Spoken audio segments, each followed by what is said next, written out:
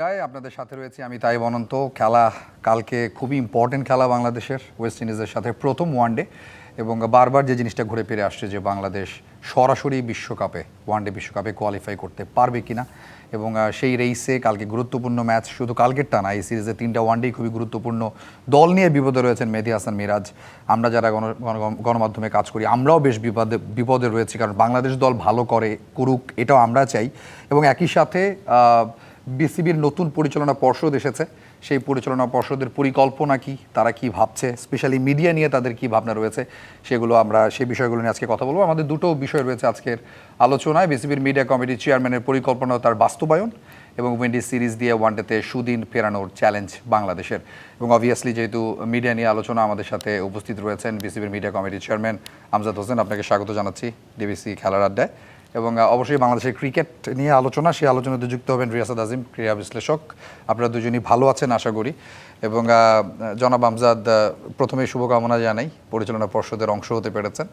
এবং এই যে বিসিবির মিডিয়া রিলেটেড নানা ঝামেলা আমরা গেল 10 বছর 12 বছর ধরে দেখছি, এটা তো একটা বিশাল ঝামেলা। এই ঝামেলা উত্তরণের জন্য অনেক পরিকল্পনা দরকার, এবং সেই পরিকল্পনার বাস্তবায়ন দরকার। আমি প্রথমেই আপনাকে একটা গুগলি দিতে চাই। আসলে রিয়াসাদ আজিম হাসছেন আমার কথা শুনে। গুগলিটা হচ্ছে এই যে বিসিবিতে নানা রকমের মিডিয়া দেখা যায়, হ্যাঁ, এটার একটা নীতিমালা নেই। ধরেন আপনি যদি ওভারঅল একটু ঘাটাঘাটি করে দেখেন, যে দেখবেন অনেক মিডিয়াই, রিয়াসাদ আজিম হয়তো অ্যাগ্রি করবেন আমার সাথে, যে রিলস বানাতে আসেন, টিকটক বানাতে আসেন, এবং সেটার সাথে আসলে খেলার সম্পৃক্ততা নেই। তারা ভিউ বাণিজ্য বা ওইটা নিয়ে, আমরা তো আসলে ভিউ ব্যবসাটা, তো সেটা নীতিমালা নিয়ে আসলে আপনারা কিছু ভেবেছেন কিনা? জি, ধন্যবাদ। প্রথম কথা হচ্ছে কি, আমাদের এরকম মনে হয় যে মিডিয়া আর ক্রিকেট বোর্ড বোধহয় পরস্পরের মুখোমুখি অবস্থানে, কিন্তু এটা কিন্তু কখনোই না। মিডিয়ার সাপোর্ট ছাড়া আজকে কিন্তু বাংলাদেশের ক্রিকেট এই অবস্থানে যেতে পারতো না হয়তোবা, ইন টার্মস অফ পপুলারিটি বলেন বা গেমকে কমার্শিয়ালাইজ করার ক্ষেত্রে। সো মিডিয়ার সাপোর্ট সবসময় লাগবে। আবার অ্যাট দ্য সেম টাইম আমাদের যারা গণমাধ্যম কর্মী আছেন, মিডিয়া পার্সোনাল, ওনারা যেহেতু ম্যাচ কাভার করার সময় বা ক্রিকেটের আমাদের যখন স্টেডিয়ামে আসবেন, তখন ওটা যাতে তাদের হচ্ছে হোম ফিল করেন, হোম এনভায়রনমেন্ট যাতে ফিল করেন, সেটাও নিশ্চয়তা দিতে হবে। দেখেন, আপনাদের এই প্রবলেমগুলো বোধহয় বেশ কিছুদিন ধরে ফেস করছেন হয়তো, যে এই সংখ্যাগুলো বেড়ে চলছে। আচ্ছা, আগে কন্টেন্টটা কি হতো? কন্টেন্টটা বানাতো হচ্ছে শুধু মিডিয়া কন্টেন্ট প্রোভাইড করতো, আচ্ছা, ভিউয়ার্স বা রিডার্সদের কাছে যেত।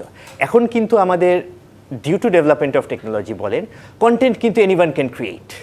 আর এখানে চলে আসছে যে হচ্ছে আমাদের এথিক্যাল গ্রাউন্ড বলেন বা ইন টার্মস অফ আমাদের স্ট্যান্ডার্ড বলেন, এগুলো ফল করছে যে কেউ যখন কন্টেন্ট বানাবে এবং ওই জিনিসগুলো দেখা গেল যে আমি কয়েকটা ব্যাচে দেখেছি হয়তো বিগত এর মধ্যে রিসেন্টলি খুব অল্প সময়ের মধ্যেই, যে গায়ের উপর দিয়ে চলে আসে। একজন মিডিয়ার কর্মী কিন্তু আরেকজন সহকর্মীর গায়ের উপরে যে ধাক্কা দিয়ে চলে যাবে না, কিন্তু তাদের কাছে কিন্তু ওই ফেলো ফিলিং নেই, কীভাবে হচ্ছে কিচ্ছু জানে না। তাদের হচ্ছে যে ঠিক আছে, আমি এর মধ্যে যে সবার আগে যে আমার মোবাইলটা তুলে ধরবো, আমার ভিডিওটা ক্লিয়ার আসবে, আমার ভিউ বাড়বে বা আমি মনিটাইজ মানে বেটার ওয়েতে করতে পারবো। তো এই জন্য আমরা ফার্স্ট স্টেপ যেটা হচ্ছে, যদি বলেন মিডিয়ার কিন্তু আবার হচ্ছে পার্ট অফ স্টেক হোল্ডার্স হচ্ছে যারা অ্যাসোসিয়েশনস যারা আছে ওনারা। সো ওনাদের সাথে যখন ডিসকাশন হয়েছে, ওনারা এই বিষয়গুলো সামনে এনেছেন এবং সাজেশনও দিয়েছেন। So it's already in place. তারপর থেকে আমরা কাজ শুরু করেছি। তো ইনশাআল্লাহ হয়তো নেক্সট একটা বা দুটো বোর্ড মিটিংয়ের মধ্যে একটা পরিবর্তন দেখতে পারবেন। একটা নীতিমালা আপনারা তাহলে কাজ করছেন সেটা নিয়ে। রিয়াসাদ আজিম, আপনি রেগুলার মিরপুরের যাওয়া মানুষ, মাঠে কাজ করা মানুষ, এবং আপনি একজন কন্টেন্ট ক্রিয়েটার, এটারও তো আসলে একটা নীতিমালার প্রয়োজন ডেফিনেটলি। এবং এই সবচেয়ে বড় সমস্যা কি, যে মাঝে মাঝে নিজেদের কাছেই ইনসিকিউর মনে হয়। আমরা কন্টেন্ট মেক করি কারা কারা, আপনি দেখেন, আমি মেক করি, দেব চৌধুরী মেক করে, নোমান মোহাম্মদ মেক করে, আবিদ হোসেন সামি মেক করে। তো শেষ নামটা বাদ দিয়ে বাকি 3টা নাম যদি আমি বলি, এরা মিনিমাম 15 বছর মেইন স্ট্রিম মিডিয়ায় কাজ করার পরে এই লাইনে কাজ করছে, এবং তাদের একটা স্টাইল আছে। কিন্তু এখন যে সে গিয়ে ওখানটায় কন্টেন্ট ক্রিয়েটর হয়ে যাচ্ছে, যে যার মতো করে ইচ্ছা রিলস ক্রিয়েট করতেছে।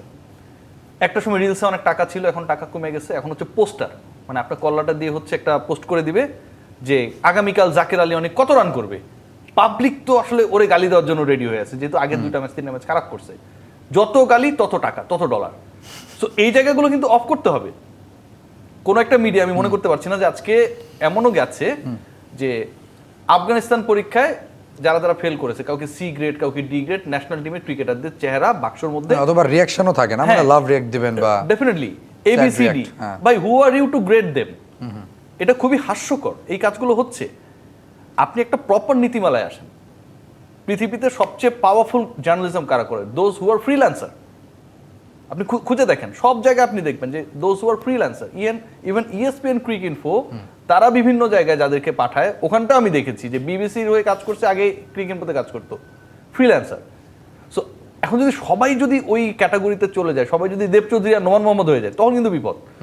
সো ওই জায়গাটায় কিন্তু বিসিবি যাচ্ছে, করে দিচ্ছে। বাংলাদেশ ক্রিকেট বোর্ডের এই যে কালকে একটা সিরিজ শুরু হচ্ছে, এখানটায় কেন সবাই এক্সেস পাবে, কেন ওখানটায় ঢুকতে পারবে? আপনি কালকে যান, আমজাদ ভাই কালকে নিশ্চয়ই যাবে, উনি 50%কে চিনবেন না। এটা আমি ওনাকে ব্লেম করছি না, উনি দায়িত্ব নিয়েছেন 8-10 দিন হয়েছে, ঠিক আছে, ওনাকে আমি ব্লেম করছি না, but this is the scenario. আপনি কি প্রধানমন্ত্রীর বিট যারা করে বা প্রধান উপদেষ্টা চাইলে ঢোকা যাবে না, ঢুকতে পারবে, সচিবালয়ে ঢুকতে পারবে না, বিসিবিতে পারে, খুবই আনফরচুনেট। হ্যাঁ, তো এটার একটা নীতিমালা আশা করছি, আপনি যেমনটা বললেন যে একটা নীতিমালা হয়তো থাকবে যে সবাই চাইলেই একটা ক্যামেরা বা how many years actually you are with the mainstream, এটাও তো একটা ইম্পর্টেন্ট পার্ট, রাইট? যে আপনি কত বছর কাজ করে এখানটায় আসছেন। আমি চাইলাম আগামীকাল আমি একটা ইউটিউব চ্যানেল আর ফেসবুক পেজ খুলে চলে আসলাম, নো। সো কন্টেন্ট ক্রিয়েটরদের জন্য একটা নীতিমালা তো থাকতে হবে, এক্স্যাক্টলি। আর দুটো জিনিস প্রাধান্য পাবে, একটা হচ্ছে আপনার এক্সপেরিয়েন্স, প্লাস হচ্ছে আইসিসি ইভেন্ট কভার করার এক্সপেরিয়েন্স। ভালো, মানে ফাইনালি আইসিসির মতো আমরা একটা প্রসিডিউরের মধ্য দিয়ে যাব। আমাদের সাথে রয়েছেন জনাব আমজাদ। অনেক প্রশ্ন আছে আপনার কাছে, আসলে আমি কোনটা ছেড়ে কোনটা করব, আমি খুবই আড্ডাটা একটু সিরিয়াসও হয়ে যাচ্ছে। বিপিএল নিয়ে আপনি রিসেন্টলি একটা প্রেস কনফারেন্স করেছেন, বিপিএল এর লভ্যাংশ পাবেন যারা ফ্র্যাঞ্চাইজি নেবেন। একটু অফিসিয়ালি আনঅফিসিয়ালিও জানতে চাই যে কতজন আসলে অ্যাপ্লাই করেছেন আপনারা? তো 10টা এক্সপেক্ট করেছেন, পরে বলেছেন 5টা-6টা দল হলেই হবে। জি আচ্ছা, এখানে হচ্ছে 10টা রিজনকে ভাগ করে দেওয়া হয়েছে, ওই 10টা রিজনের নামে অ্যাপ্লাই করতে পারবেন যিনি ইন্টারেস্টেড। আচ্ছা, এই বছর মানে এই সিজনে 2025-26 12 বিপিএলে আমরা সর্বোচ্চ 6টা টিম অ্যাকোমোডেট করতে পারবো। আপনারা জানেন যে ফেব্রুয়ারি 1st উইক থেকে ওয়ার্ল্ড কাপ শুরু, সো ওইটার ক্যাম্প প্লাস হচ্ছে টিমের প্রিপারেশনের জন্য আমাদের যেই স্লটটা আছে, আমরা 6টার বেশি টিম এই বছর অ্যাকোমোডেট করতে পারবো না। বাট দেন এগেইন আপনি দেখেন যে পরের সিজন থেকে আবার অ্যাড অন করার স্কোপ থাকবে, যেহেতু এটা 5 বছরের জন্য অফার করা হচ্ছে। আর এর বাইরে হচ্ছে আপনার পুরাতন যারা আমাদের ফ্র্যাঞ্চাইজি ছিলেন, যাদের হচ্ছে ট্র্যাক রেকর্ড ভালো, তো তাদের সাথে বোর্ড যোগাযোগ করেছে, তাদেরকে ইনফরমেশনগুলো জানিয়েছে। So it's up to them যে তারা 28 অক্টোবর ডেডলাইন, তো তার মধ্যে অ্যাপ্লাই করবেন কিনা। প্লাস এর বাইরেও হচ্ছে বেশ ভালো সংখ্যক রেসপন্স বা কোয়েরি আসছে।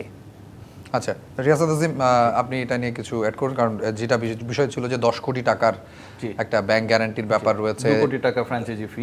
আমার কাছে মনে হয় 5 বছরের জন্য ফ্র্যাঞ্চাইজি নিতে হবে, রাইট, 5 বছরের জন্য নিতে হবে, এবং এটা হচ্ছে 15% হারে মনে হয় বাড়বে প্রতি বছর ফ্র্যাঞ্চাইজি ফি, যেটা এটা ভালো উদ্যোগ। সমস্যা কি, বাংলাদেশ ক্রিকেট বোর্ড বিভিন্ন সময় বিফোর দ্য বিপিএল এই ধরনের অনেক ধরনের ইনিশিয়েটিভস নেয়, বাট শেষ পর্যন্ত অনন্ত আপনি নিজেই অনফিল্ডে কাজ করেছেন, এগুলোর এক্সিকিউশন আমরা দেখি না। যদি দেখতাম তাহলে তো বিপিএল নিয়ে এত বিতর্ক হতো না। আপনি খেয়াল করে দেখেন, এখন অন্তত 2টা ফ্র্যাঞ্চাইজিতে যারা বিনিয়োগ করতে চায় তারা হচ্ছে বাংলাদেশে খুবই বিতর্কিত গ্রুপ, এবং তারা করছে কি, যখন এই বিতর্কিত গ্রুপগুলোকে নিয়ে আলোচনা হচ্ছে, তারা নিজের একটা থার্ড কনসোর্টিয়াম তৈরি করতেছে, যেখানে আপনি ওদের কোনো ধরনের ইনভলভমেন্ট খুঁজে পাবেন না, বাট তারাই, ঠিক আছে। সো এই জিনিসগুলো কিন্তু ভয়াবহ, যে আপনি আসলে যাদের থেকে দূরে রাখলে আপনার বিপিএল বিতর্ক মুক্ত হবে, তারাই কোনো না কোনোভাবে ঢোকার চেষ্টা করছে। সো এটাকে তো স্টপ করতে হবে, এবং এই রেসপন্সিবিলিটি কিন্তু বাংলাদেশ ক্রিকেট বোর্ডের, বিপিএল গভর্নিং কাউন্সিলের, তাদের সুনামটা ধরে রাখার জন্য। বিসিবির সামনে এটা কিন্তু একটা বিগ চ্যালেঞ্জ। এবারের বোর্ডটাকে নিয়ে অনেক সমালোচনা আছে যে এক গ্রুপ আরেক গ্রুপ, এটা সেটা আছে না, কেউ টিকবে কেউ বলছে টিকবে না, ভুলে যান সবকিছু। আপনার সামনের যে ইভেন্টটা, সেটা তো BPL signature programme, flagship programme, এটাকে করে দেখান না। ক্রিকেট বোর্ডের 25 জন পরিচালক না, 10 জন পরিচালক যদি আমজাদ ভাই এখানটা আছে না চায়, এটা করে ফেলা সম্ভব, কোনো ব্যাপারই না। মানে ভালোভাবে করে, ভালোভাবে আপনি ভাই 6টা টিমের জায়গায় ভালোভাবে করতে হলে তো আসলে প্লেয়ার পেমেন্টসটা, আপনারা এটা দেখেন যে আমাদের তো মানে ইট হ্যাজ বিন 10 ডেজ, 10 দিনের মতো। সো এর মধ্যে কিন্তু আমাদের ইউআই চলে এসেছে। শুধু তাই না, টিমের বাইরেও হচ্ছে আপনার মিডিয়া রাইটস, গ্রাউন্ড রাইটস, এগুলোর জন্য আমাদের এক্সপ্রেশন অফ ইন্টারেস্ট চলে আসছে। So by this end of this month আমাদের সব কিছু ফাইনালাইজ হয়ে যাবে। আর আরেকটি ইন্টারেস্টিং ফ্যাক্ট দেখেন, এটা কিন্তু রকেট সায়েন্স না, নতুন কিছু না, এটা হচ্ছে আমাদের পুরাতন জিনিসই, কিন্তু উই নিড টু এনশিওর যে আমাদের ইন্টিগ্রিটি ঠিক মতো থাকে এবং প্রসেস ফলো করা হয়। আমরা বাইপাস করে কাউকে যেন কোনো ধরনের সুবিধা না দেওয়ার জন্য করি, আমাদের সিস্টেমটা যাতে বায়াস না হয়, এটাই আমাদের। সেটা কি আসলে পসিবল? কারণ আপনার বিপিএল নিয়ে যে সব বিতর্ক হয়েছে এখন পর্যন্ত, এই এতগুলো বিতর্ককে পাশ কাটিয়ে ধরেন প্লেয়ার্স পেমেন্ট, সেই ক্ষেত্রে আপনারা আসলে কিভাবে সেটা এনশিওর করবেন? প্লেয়ার্স পেমেন্ট আপনার তো হচ্ছে ব্যাংক গ্যারান্টি তো কভার করা যাচ্ছে, কভার হয়ে যাচ্ছে players payment. So by end of the season যারা, যখন হচ্ছে আপনার নিয়ম থাকে কি, ফার্স্টে হচ্ছে আপনি আপফ্রন্ট হচ্ছে আপনি 50% দেন, পরের হচ্ছে 25 দুইটি ইনস্টলমেন্ট দিয়ে আপনি শেষ করেন by end of the league. So যেই পাবে না হয়তো বা লিগ আমাদের শেষ হচ্ছে জানুয়ারি মাসে, সো বাই ফেব্রুয়ারি মাসে একটা ডেডলাইন দেওয়া থাকবে, এর মধ্যে যদি না পায় আমরা ব্যাংক গ্যারান্টি এনক্যাশ করে প্লেয়ারদের পেমেন্ট দিয়ে দেব। সবচেয়ে বড় ব্যাপার কি অনন্ত, এখানে কিন্তু কিছু আপনাকে জায়গা এক্সাম্পল সেট করতে হবে যে আপনি এরকম করলে পার পাবেন না। দেখেন লাস্ট বিপিএলে সবচেয়ে বেশি বিতর্কিত কর্মকাণ্ড করছে রাজশাহীর দলটা, রাইট? মানে আপনি চিন্তা করে দেখেন যে ফ্র্যাঞ্চাইজি টুর্নামেন্টে বিদেশিদের নিয়েই তো আগ্রহ যে তারা এবং আমাদের ক্রিকেটারদের একটা ব্লেন্ডিং, সেই রাজশাহীর এগেনস্টে এখন পর্যন্ত আমরা কোনো লিগ্যাল প্রসিডিউর এনশিওর করতে পারি নাই।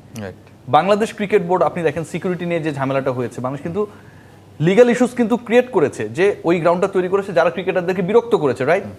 কিন্তু গত এক বছর থেকে একটা দল যেভাবে বিসিবি বিপিএলকে বিতর্কিত করেছিল তাদের এগেনস্টে কেন ওনাকে, মানে উনি তো সপ্তম আসমানে থাকে না ভাই শফিক সাহেব, আপনি ধরেন না কেন?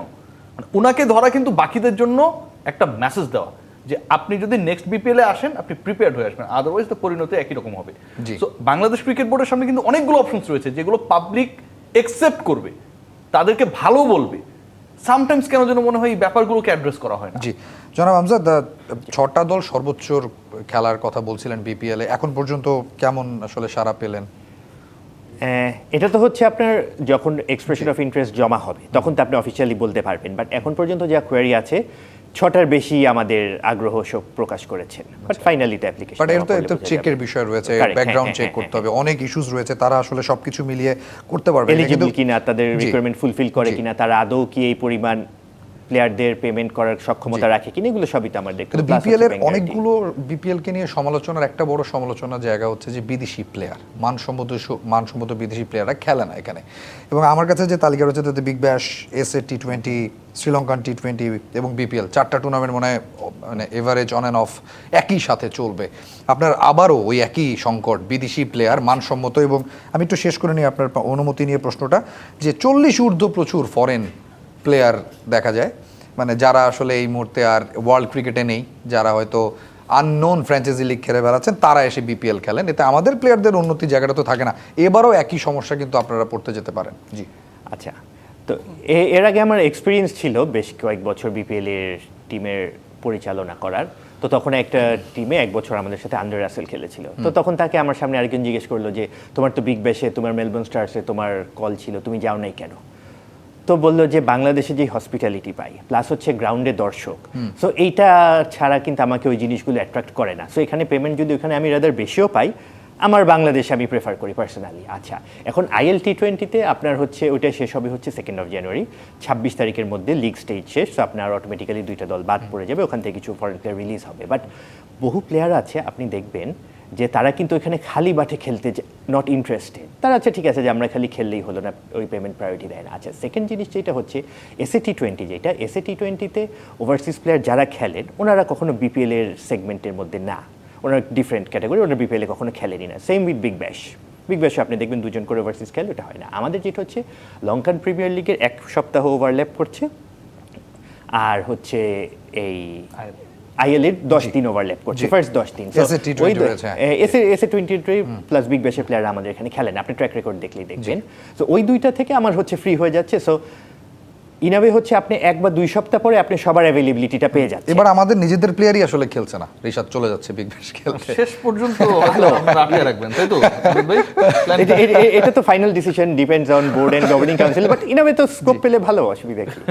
জি জি, আপনি কিছু বলছিলেন, জি শেষ করুন। আচ্ছা, তো ওভারসিজ প্লেয়ারের যে আমাদের যে শর্টেজ আছে সেটা না। আচ্ছা, আরেকটা হচ্ছে যে বিপিএল এ আপনি একটা ইন্টারেস্টিং ফ্যাক্ট লক্ষ্য করবেন, খুব কম হাতে গোনা নতুন প্লেয়ার ফার্স্ট টাইম এসে সাকসেসফুল হয়।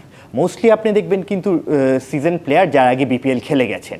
সো ফ্র্যাঞ্চাইজিগুলো যখন অবশ্যই ওইভাবে কিন্তু ট্র্যাক রেকর্ড দেখেই নেবেন যে আচ্ছা ঠিক আছে তার হয়তো একটু বয়স হতে পারে, বাট বিপিএল এ খেলার এক্সপিরিয়েন্স আছে কিনা। কারণ আমাদের এখানে যেহেতু গ্রাউন্ড, পরামর্শ হ্যাঁ না, এটা হচ্ছে ফ্র্যাঞ্চাইজিরা হচ্ছে দল গঠনের ক্ষেত্রেও আপনার হচ্ছে এক্সপিরিয়েন্স প্লেয়ারদের কাউন্ট করে বেশি। সো বয়স বেশি হলেও মানে এটা এমন না যে ওনার অবসোলেট হয়ে গেছে বা পারফর্ম করতে পারে না, সেটা না। বয়স বেশি হলেও যদি মান থাকে সমস্যা নাই। রিয়াসাত আজিম, আপনি যদি এই বিষয়ে, বয়স বেশি হলে মান নিয়ে তো কোনো সমস্যা নাই, কিন্তু আমরা গতবার দেখেছিলাম যে এমন ক্রিকেটার এখানটায় এসেছিল, মানে হচ্ছে অদ্ভুত টাইপের নাম এবং কেউ জানে না, এদের রেকর্ডও আসলে গুগল করে পাওয়া যাচ্ছিল না সিরিয়াসলি, ঠিক ঠিক আছে? তো অ্যালফাবেটের সাথে যোগাযোগ করার সুযোগ থাকলে সেটা আমি বলতাম যে আসলে একটু এই ক্রিকেটাররা কারা, কোথায় কিভাবে খেলেছিল, এসেছিল আমজাদ ভাই। আপনি হ্যাঁ, দু একজনের অবশ্যই, নাম হ্যাঁ, বলতে পারবেন। আমিও দু একজনের নাম দেখে খুঁজে সারপ্রাইজ পাওয়া হয়েছি। যাচ্ছিল না, মানে So, এদেরকে যারা খুঁজে আনে চিন্তা করতে পারেন এরা কি আমজাদ পরিমাণ ভাই সেফ পরিশ্রমী। জোনে আছেন, কারণ তখন ছিলেন না মানে বিসিবি কমিটিতে। না, so সেটা সেটা নিয়ে সেটা সমস্যা যেমন নেই। আছে, এই টাইপের ঘটনা যেন না ঘটে সেটাকে আটকানোর চ্যালেঞ্জটাও কিন্তু তার না, সামনে, দেখেন তাদের বিপিএল তো সামনে। আমাদের দেশের একটা ব্র্যান্ড, ইন্টারন্যাশনাল রিপ্রেজেন্টেশন। সেটা আমি বিসিবিতে থাকি না থাকি, as a citizen of the country, মানে এটা তো this something we should take pride of. আমরা চাবো যে অবভিয়াসলি এটা রিপ্রেজেন্টেটিভ ওই লেভেলেই হোক। রিয়াসাত আজিম, মানে আমরা তো আশা করি বিপিএলটা ভালো হোক, তাই না? মানে আশা তো আমরা অনেক বছর আশা ধরে আমরা করি, কিন্তু জি। এবারের বিপিএল নিয়ে সবচেয়ে বেশি চ্যালেঞ্জের জায়গা যেটা আপনি দেখেন যে দলগুলো দল বানানোর জন্য অনেক কম সময় পাচ্ছে, এটা কিন্তু হ্যাঁ। সব পক্ষই স্বীকার করে। 1 নম্বর পয়েন্ট। 2 নম্বর পয়েন্ট সেটা হচ্ছে যে বিদেশি ক্রিকেটারদের সাথে ধরেন আপনি রংপুর আলোচনা করেছে, বরিশালে কোন দলটা খেলবে এখনো শিওর না, খুলনা হয়তো খেলবে। সো 50% দল কিন্তু এখন পর্যন্ত কমিউনিকেট করতে পারছে না। আপনি অন্য যে 3টা দলকে খেলাবেন, এই 3টা দলের মালিকানায় কারা যাবে তারা কিন্তু এখনো শিওর না। সো এটা কিন্তু একটা বড় চ্যালেঞ্জ। হ্যাঁ, থার্ড যে পয়েন্ট সেটা হচ্ছে যে বিপিএলটাকে আপনাকে এমনভাবে খেলাতে হবে যেন পরবর্তী টি-20 ওয়ার্ল্ড কাপের আগে তো আপনি করতে যাচ্ছেন, কেন এত তাড়াহুড়া? কারণ টি-20 ওয়ার্ল্ড কাপের প্রিপারেশনটা যেন আমার লোকাল ক্রিকেটাররা নিতে পারে। সো ওই রকম উইকেট প্রোভাইড করাটাও কিন্তু একটা বড় চ্যালেঞ্জের জায়গা। আমরা কিন্তু সবসময় দেখি যে হয়তো চট্টগ্রামে ভালো হচ্ছে, সিলেটে ভালো হচ্ছে, মিরপুরে ভালো হচ্ছে না। সো ওই অপশনসটা বাংলাদেশ ক্রিকেট বোর্ডের সামনে নেই।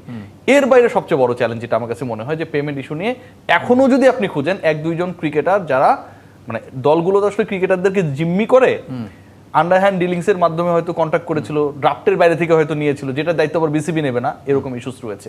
সো এই ঘটনাগুলো যেন না ঘটে। আর একই সাথে ইন্টিগ্রিটির প্রশ্নে অন্তত 15 জন ক্রিকেটারের নাম এসেছে বিভিন্ন সময়, আমরা সবাই নামগুলো জানি। বাংলাদেশ ক্রিকেট বোর্ড এখনো তাদের ফাইনাল রিপোর্টটা অ্যাসেসমেন্ট করে প্রকাশ করে নাই। ক্রিকেট বোর্ডকে দায়িত্ব নিয়ে এই কাজটা করতে হবে।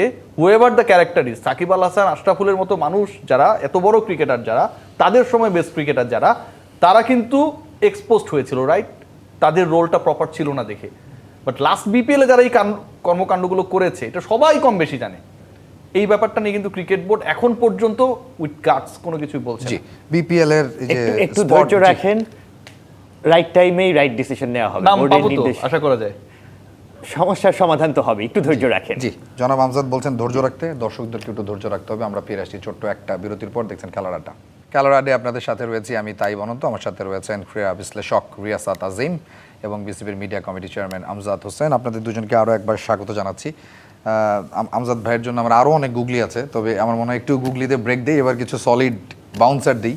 সেটা রিয়াসাত আজিমের কাছে আগে শুরু করি। সেটা হচ্ছে বাংলাদেশ দলের ওয়ান ডে অবস্থাটা খুব একটা ভালো না, এটা মনে হয় মানে পরিচালনা পর্ষদের সদস্য আমজাদ হোসেনও রয়েছেন, তিনিও নিশ্চয়ই একটু বিব্রত হবেন ওয়ান ডে টিমের পারফরমেন্সে। এখন ঘরের মাটিতে আমার মনে হয় ক্রিকেটাররাও শঙ্কিত যে আদৌ আমরা এটা 3-0 জিততে পারবো কিনা। একে তো জিততে হবে, যেটা বাংলাদেশ ওয়ান ডেতে ভুলে গেছে, আরেকটা হচ্ছে 3-0 জিততে হবে, এটা আরও প্রেশার। তো এই অবস্থায় আমাদের আসলে 11টা কেমন হবে রিয়াসাত? দেখেন আপনি 11টা কিরকম 11 তো খুব গুরুত্বপূর্ণ এবং 11 ডিপেন্ড করে কিন্তু আপনি কোন ধরনের উইকেটে খেলছেন সেটার উপর। আচ্ছা, উইকেটটা একটু বলেন তো। এটাই কি হতে পারে? এই আলোচনায় জি, আসছি যে জি। আপনার আসলে 11 যেমন হবে, আপনার হোস্টিং তেমন হবে, যেমন আপনার গেস্ট হবে, তাই তো? জি। সো আপনার 11 হবে অ্যাকর্ডিং টু ইওর উইকেট, যে উইকেট আপনি খেলতে যাচ্ছেন। ড্যারেন স্যামি, উইন্ডিজ কোচ, তিনি যেটা গামিনী ডি সিলভা নাই আর, মানে গামিনী ডি সিলভা নাই, কিন্তু স্যামি হচ্ছে এরকম মানে উইকেট কখনো বাংলাদেশে তিনি বলেছেন টি স্পোর্টসের একটা সাক্ষাৎকারে যে আমি অ্যারাউন্ড 15 টাইমস বাংলাদেশে এসেছি, বিরিয়ানি খেতে পছন্দ করি, কিন্তু এরকম উইকেট তিনি তার লাইফে কখনো দেখেন নাই। উইকেটের এই চেহারা বাংলাদেশেও একই অবস্থা। বাংলাদেশের 2-1 ক্রিকেটারের সাথে ওভারফোনে আমার কথা হচ্ছিল আজকে, যে তারাও আসলে এরকম চেহারার উইকেট, কালো উইকেট, আমরা এটা অভ্যস্ত, কিন্তু উইকেটটা কেমন যেন বুঝতে পারতেছে না। 11 নিয়ে আমার কাছে মনে হয় যে একটা কনফিউশন কাজ করছে যে আসলে উইকেট কি স্পোর্টিং হবে নাকি স্পিনিং হবে। বাংলাদেশ যদি তাদের স্ট্রেংথকে আলটিমেটলি ফোকাস করে, সেটাই করা উচিত আমি মনে করি। এখন ধরেন পাবলিক গালি দিবে, বলবে যে ধান খেতে খেলে তোমরা জিতেছো, ভাই কারো দিকে তাকানোর সময় নেই, আমাদের এখন জয় দরকার। বাংলাদেশকে ম্যাচেস জিততে হবে, আলটিমেট হিসাবে এটাই, তাই তো? সো ওখানটায় স্পিনিং ট্র্যাক যদি হয়, বাংলাদেশ টোটাল 4 জন স্পিনার পাচ্ছে। একজন Saif Hasan bonus spinner, last যে ম্যাচটা খেলেছিল সেখানটা বেস্ট স্পিনার ছিল। Mehedi Hasan Miraz himself the captain, এবং এর সাথে আমি মনে করি রিশাদ এবং তানভীর দুজনই খেলবে।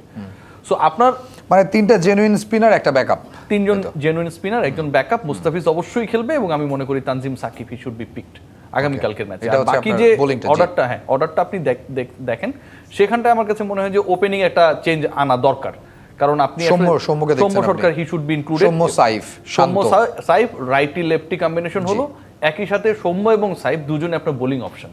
সো এভাবে যদি আপনি চিন্তা করে দেখেন যে এটা কিন্তু আপনার একটা বাড়তি ক্যাপ্টেনের জন্য অপশনস বেড়ে গেল। Number 3 Shanto, number 4 Hridoy, number 5 I want to see Mahidul Islam Ankon. So number 4 এ, নাম্বার 5 এ পরে তো হৃদয়, আর পরের যে দুটো স্পট আছে সেখানটায় কিপার তো থাকবেনি সোহান। সো একটা স্পট বাকি, সেটা হচ্ছে মেহেদী হাসান মিরাজ। আপনি জাকির আলীকে আপনার একাদশে, আপনি জাকিরকে খেলাবেন কোথায় বলেন? You don't have any space to accommodate him. আপনার কোনো জায়গা নেই। আপনি জাকিরকে 4-এ খেলাতে পারবেন না, হৃদয় খেলবে 5-এ। যদি আপনি খেলাতে চান সেখানটায় জাকির আলী তো মিডল অর্ডার না, আপনার মিডল অর্ডারে আপনি ক্রাইসিসে ভুগছেন। আপনি অঙ্কনকে কেন ইনক্লুডেড করেছেন? তাকে খেলানোর জন্য। সো 5-এ হচ্ছে আপনি অঙ্কনকে খেলাবেন, আমি মনে করি এটা আমার ক্যালকুলেশন। এবং পরের যে দুটো স্পট রয়েছে সেটা একজন কিপার। সো কিপার তো হচ্ছে সোহান, কিপার তো আর জাকির না, মিরাজের কিপার কিন্তু হচ্ছে সোহান। সো আরেকটা স্পট থাকে, সেটা হচ্ছে মিরাজের জন্য নিজেরই। জাকিরের তো কোনো জায়গা নেই, আমি জায়গা দেখি। সো আপনার একাদশে কালকে মাহিদুল ইসলাম অঙ্কনের Abhishek definitely he should be pick tomorrow. কারণ আপনি যদি এই সিচুয়েশনেও যদি আপনি আপনার মিডল অর্ডারকে স্ট্রেংথ না করেন, তাহলে আমার কাছে মনে হয় যে মানে বাংলাদেশের জন্য এটা সেটব্যাক হতে পারে, লাইক দ্য আদার সিরিজ। জি, কালকে তো জনাব আমজাদ, কালকে খেলা খুব টেনশন নিয়ে দেখতে হবে আপনাদের। খেলাটা নিয়ে কি চিন্তা চলছে আসলে মাথায়? না, খেলা তো আসলে টেনশনের কিছু না, ইনাওয়ে তো স্পোর্টস এক ধরনের এন্টারটেইনমেন্ট। আচ্ছা হ্যাঁ, হয়তোবা আমাদের যেই জিনিসটা প্রবলেম আমরা যেটা ফেস করছি, একসময় আমরা ওয়ানডেতে অনেক স্ট্রং একটা টিম ছিলাম, আমাদের ranking it was for a 7 for a long time. এখন আমরা র্যাঙ্কিং এর নিচের দিকে নেমে গিয়েছি। এটা হচ্ছে স্পেশালি আপনি নোটিস করলে দেখবেন যে 2024-এ টি20 ওয়ার্ল্ড কাপ হওয়ার পর থেকে আমরা আর কোনো ওডিআই সিরিজ জিততে পারিনি।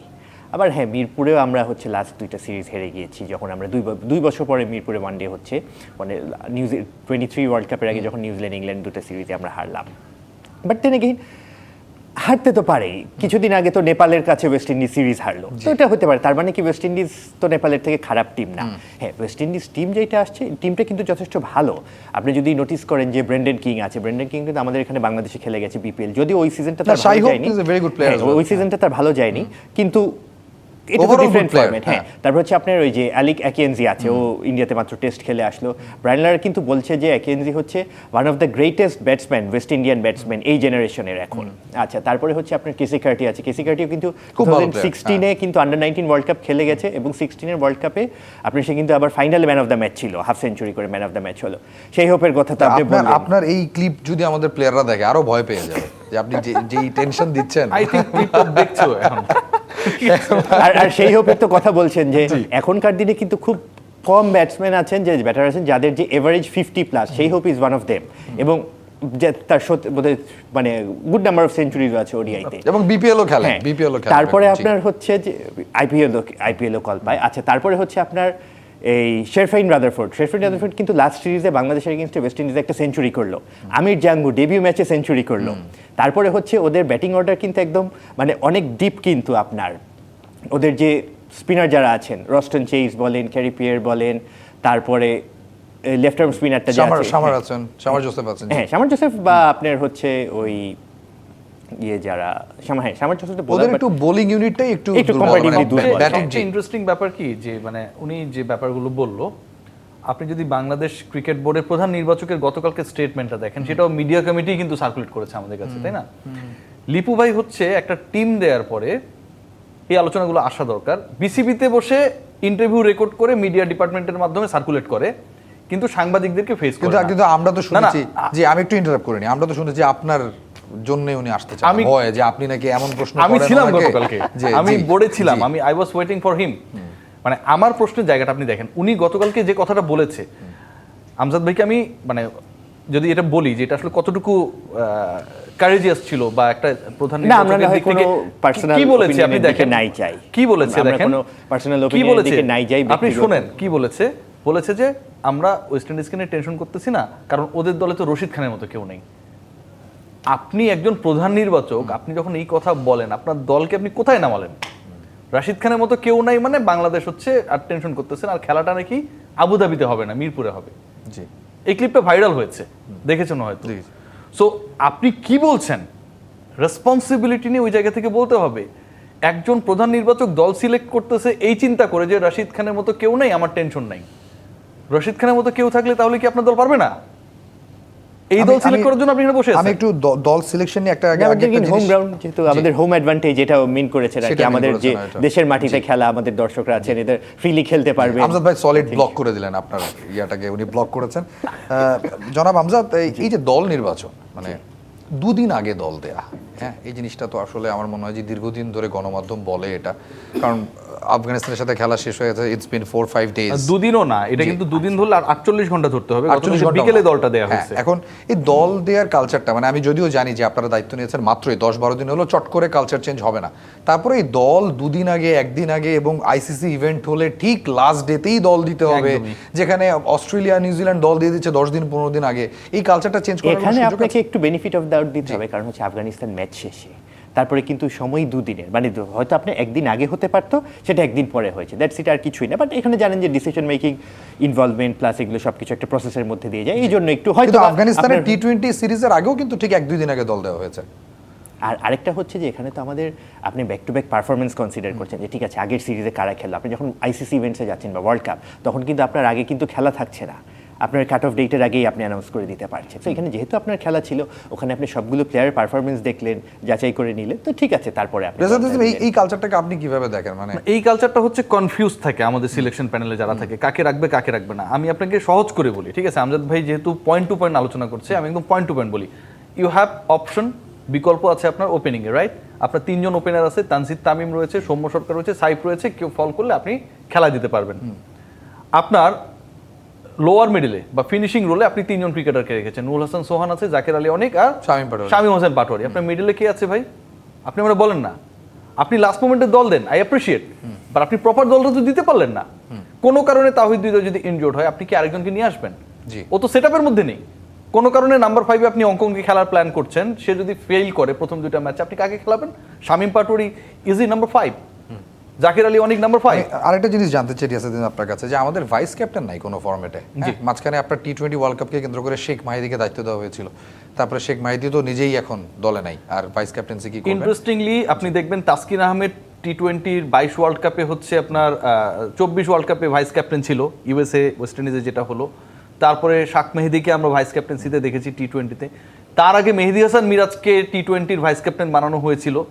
মানে এমন একটা, নুরুল হাসান সোহান টি-20-র ভাইস ক্যাপ্টেন হয়েছেন। আমি কিন্তু এই যে 4টা নাম বললাম, এই 4টা নাম কিন্তু হচ্ছে জাস্ট হচ্ছে আপনার গত 2 বছরের ঘটনা।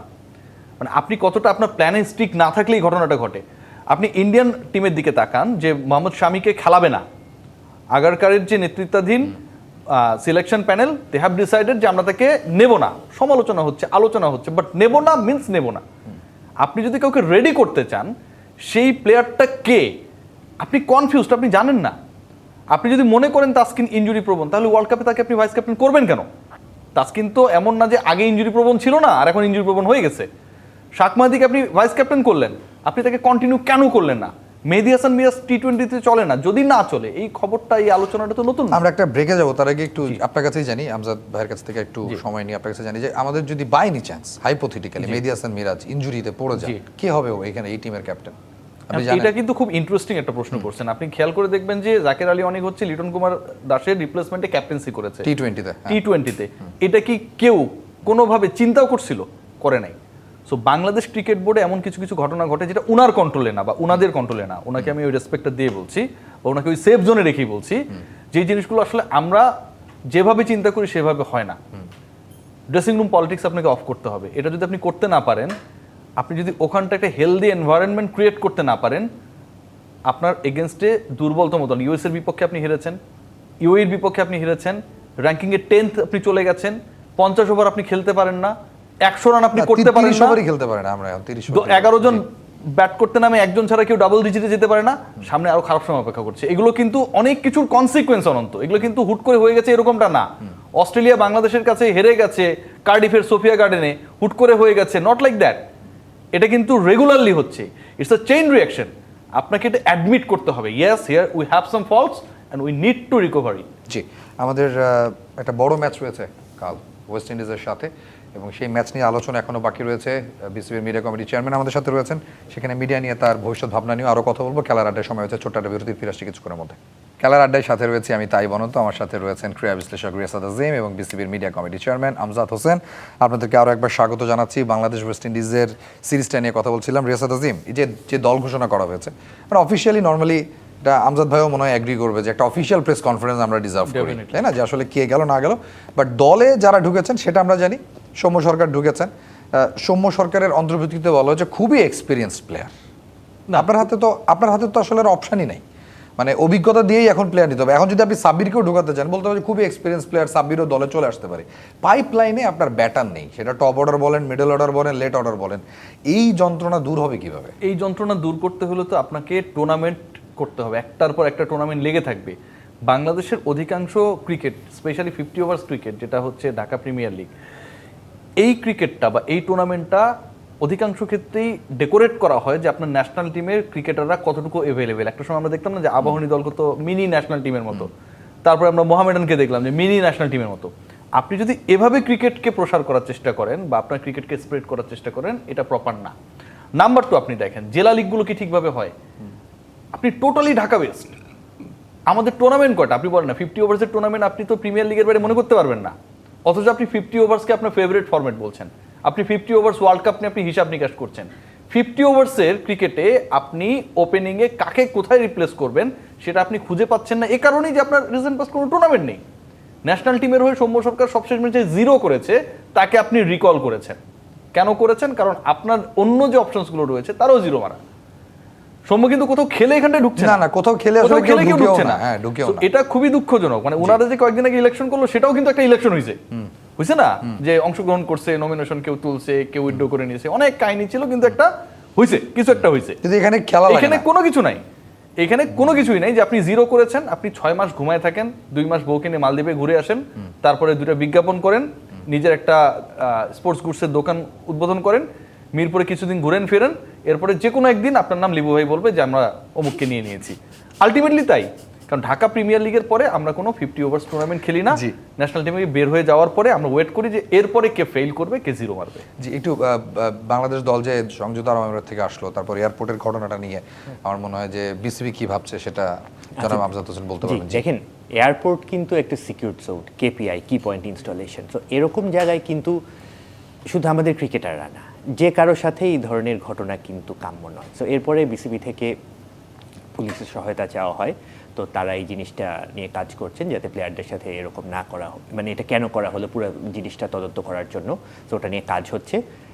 আর আশা করব যে প্লেয়াররা তো জিতুক বা হারুক, হয়তো আমাদের পারফরমেন্সের থেকে পূর্বে অনেক ভালোও ছিল, আবার এর থেকে হয়তো খারাপও ছিল, কিন্তু পার্সোনাল অ্যাটাক করা বা একটা মানুষকে আমাদেরকে দোষী করা, কাঠগড়ায় নিয়ে যাওয়া, এটা তো ঠিক না। কারণ আমাদের সাপোর্ট কখন দরকার? যখন আমাদের খারাপ সময়, তখনই আমাদের পাশে অন্যদেরকে দরকার। ভালো সময় তো আমরা ভালো করছি, ভালো সময় অবশ্যই আমরা দলের পাশে থাকবো আমরা সকলে, বাট খারাপ সময়ও যাতে আমরা প্লেয়ারদেরকে সাপোর্ট দিয়ে থাকি। আর এই রেজাল্টটা ঠিক আছে, অবভিয়াসলি যে আমরা যেটা বলছিলাম, রিয়াজ ভাই বলছিল যে মিডল অর্ডারে আমাদের নেই, এটার আরেকটা কারণ তো হচ্ছে আমাদের এর আগে যারা ছিলেন, আপনি লাস্ট ইয়ার সেপ্টেম্বরের মধ্যে দেখলেন যে ওনারা অনেকে রিটায়ারমেন্টে গেলেন বা আনঅ্যাভেলেবল হয়ে গেলেন, তাদের কিন্তু এভারেজ ওডিআই এক্সপিরিয়েন্স ছিল 250 এক একজনের, মোরালেস। মিডল অর্ডার যদি দেখেন নাম্বার 4, 5, 6 ব্যাটিং স্পট। এখন কিন্তু আমাদের যদি দেখেন 3, 4, 5, 6 ব্যাটিং স্পটে ওনাদের average match number of matches কিন্তু 24টা। সো ওই জায়গায় তাদেরকে কিন্তু একটু সুযোগ দিতে হবে এবং একটু সময় দিতে হবে। হ্যাঁ, ঠিক আছে, কিছু কিছু ক্ষেত্রে দায়িত্বজ্ঞানহীনতার পরিচয় থাকে অনেক সময়, আমরা যে ঠিক আছে সেই জিনিসগুলো অ্যাভয়েড করার অবশ্যই করতে হবে। বা অনেক সময় দেখা যায়, এবং দেখবেন যে ম্যাচগুলো আমরা রিসেন্টলি হেরেছি, যেগুলো আন্ডার পারফর্মিং, সবগুলিতে কিন্তু ক্যাচ ড্রপ হয়েছে একটা না একটা অ্যাটলিস্ট, ওখানে কিন্তু আমরা ডিফারেন্স গড়িয়ে দিচ্ছি। ইভেন আপনি যদি চিন্তা করেন এশিয়া কাপের পাকিস্তানের সাথে ম্যাচটা, ওখানে আমাদের প্লেয়াররা একাধিক ক্যাচ ড্রপ করেছে, আবার সেম ফিল্ডারে কিন্তু আবার 5 ওভার আগে একটা দুর্দান্ত ক্যাচ নিয়েছিলেন। সো ওই জিনিসগুলোতে আমাদের কনসেন্ট্রেট করতে হবে, মাইন্ডসেটের দরকার আছে, এবং সব শেষে আমি বলতে চাই যে সাপোর্ট দরকার প্লেয়ারদের। আমাদের যারা আছেন দর্শক, দেশবাসী, সবার ওনাদের পাশে থাকা দরকার এই মুহূর্তে আমার মনে হয়। জি, পাশে থাকার দরকার ব্যাটারদের সাথে, নিশ্চয়ই দর্শকদের যেটা বলছেন আমজাদ, বাট আমার মনে হয় ব্যাটিং কোচের সবচেয়ে বেশি পাশে থাকা দরকার। ব্যাটিং কোচ এখন ব্যাটিং কোচ কে সালাউদ্দিন সাহেব তার ক্যারিয়ারে, মানে ক্রিকেটার ক্যারিয়ার হিসেবে তিনি কি রোলে ছিলেন বলেন?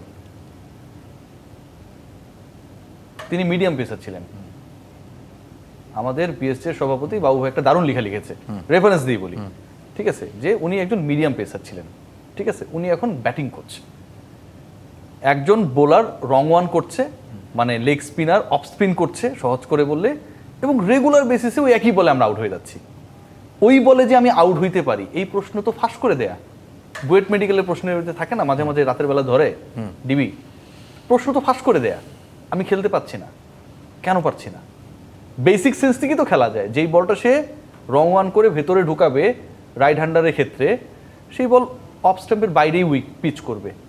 ও লেগ স্পিন করার জন্য অফ স্টাম্পের বাইরেও বল করবে না, যেটা বাইরে চলে যাবে। সো ওই জায়গাটা আমি, এই বেসিকটা আমি বুঝি না। ইন্টারেস্টিং পার্ট আপনি দেখেন যে ক্রিকেটারদের পাশে আপনি থাকবেন করতে কি, বিসিবি থাকে। বাংলাদেশের ক্রিকেটাররা 93 রানে অল আউট হয়ে গেছে, 27 ওভারে অল আউট হয়ে গেছে। এয়ারপোর্টে একটা কাহিনী ঘটতে পারে, আপনি যে কোনো কন্ডিশনে আপনার ব্যাক অফ দ্য মাইন্ড এটা কাজ করবে না? বাংলাদেশ ক্রিকেট বোর্ডের সিকিউরিটি বা প্রোটোকল নর্মালি যেমন থাকে সেটাই ছিল সেদিন এয়ারপোর্টে। কেন থাকলো না? ক্রিকেট বোর্ড আজকে মামলা করছে, পুলিশকে বলছে ধরেন এদেরকে পাকড়াও করেন, ডেফিনেটলি অ্যাপ্রিসিয়েট করি। ক্রিকেটারদের সাথে যারা এই কাজটা করেছে এটাকে কোনোভাবে সাপোর্ট করার সুযোগ নেই।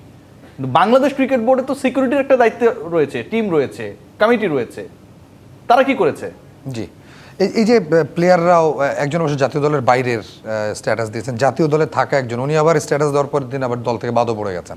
বাট স্ট্যাটাসটা নিয়ে আজকে হেড কোচ বলেছেন যে এরকম আসলে লেখাটা ঠিক হয়নি, সেটা তার জায়গা থেকেও ঠিক হয়নি। বাট আপনি যদি দেখেন, আমরা তো ইমোশনস দিয়ে বলছি, নিরাপত্তাহীনতার কথা বলছি, যারা করেছেন ঠিক করেনি, কিন্তু সামাজিক যোগাযোগ মাধ্যমে তাদের এই যে ভালোবাসা চাই, ঘৃণা নয়, সেখানেও হাহা রিয়াকশন, মানে এটা more কারণও than আছে, 80%। কারণও আছে। জি। আপনাকে ওই স্মার্টনেসটা শো করতে হবে, তাই না? আজকে আপনি দেখেন যে আপনি যখন একটা জায়গায় যাবেন তখন আপনাকে আপনার কাজটুকু কতটুকু দায়িত্বশীলতার সাথে করছেন সেটা কিন্তু করতে হবে। আমজাদ ভাই কিন্তু যখন ব্রেক থাকে তখন আমাদের সাথে অনেক গল্প করে, যেটা তিনি এখানটায় আবার অন রেকর্ডে করতে পারেন না। কেন পারেন না? কারণ তিনি একটা দায়িত্বশীল জায়গায় রয়েছেন, সিম্পল, তাই না? আপনি একটা স্ট্যাটাস দিচ্ছেন, সেটা এআই জেনারেটেড, চ্যাট জিপিটি রে বলছেন ওই স্ট্যাটাস লিখে দিচ্ছে, পাবলিক হাসবে না কানবে? বলেন না, দেবে। আমাদের মানে আসলে শো মাত্র জমে উঠেছে, আমাদের অনেক আলোচনা আছে, কিন্তু আলোচনা করার সময় নেই। মিনিট খানেক অফ টেকনোলজি, জি, মিনিট খানেক সময় রয়েছে। আমি একটু জনাব আমজাদের কাছে জানতে চাই, মিডিয়া নিয়ে কি পরিকল্পনা আছে আপনার? এই যে আপনি বলছিলেন মিডিয়া আর বিসিবি শত্রু না, আসলে বন্ধু, তো বন্ধুত্বের হাতটা কিভাবে আসবে? লিপু ভাই ইন্টারভিউ দিলে প্রথম কথা হচ্ছে আমাদের যারা মিডিয়া প্রফেশনাল আছেন ওনারা কিভাবে কমফোর্টেবল থাকবেন, দ্যাটস প্রায়োরিটি নাম্বার 1। সেকেন্ড হচ্ছে যে আমাদের যে তাদের সাপোর্টগুলো যেগুলো এনশিওর করার জন্য এডিশনাল ফ্যাসিলিটিস এবং সাপোর্ট আমরা কি এনশিওর করতে পারি। আর নাম্বার 3, এই দুটো এনশিওর হলে আমাদের মিডিয়া প্রফেশনাল বা পার্সোনাল যারা আছেন ওনারা সবসময় ক্রিকেট এবং ক্রিকেট বোর্ডের পাশে থাকবেন, এটা আমার বিশ্বাস। জি, অসংখ্য ধন্যবাদ। বাংলাদেশ কালকে খেলা রয়েছে বাংলাদেশের, আশা করি বাংলাদেশ ভালো করবে। একটু জনাব আমজাদের কাছে জানতে চাই, প্রেডিকশন 3টা ওয়ানডে কি আপনার প্রেডিকশন? কঠিন প্রশ্ন করে দিলাম অবশ্য, আপনি একটা কূটনৈতিক অ্যান্সার দিতেই পারেন, তাড়াতাড়ি শুনতে চাইবো আপনার কাছ থেকে। জি, প্রেডিকশন দেওয়া তো অ্যালাউড না। হ্যাঁ, তার মানে 3-0 বাংলাদেশ জিতবে। জি, Riasad Hossain 3-0 for Bangladesh. Thank you so much Amjad Hossain এবং Riasad Azim for being here. খেলার আড্ডা এই ছিল আজকের মতো। সবাই ভালো থাকবেন, সুস্থ থাকবেন, শুভরাত্রি।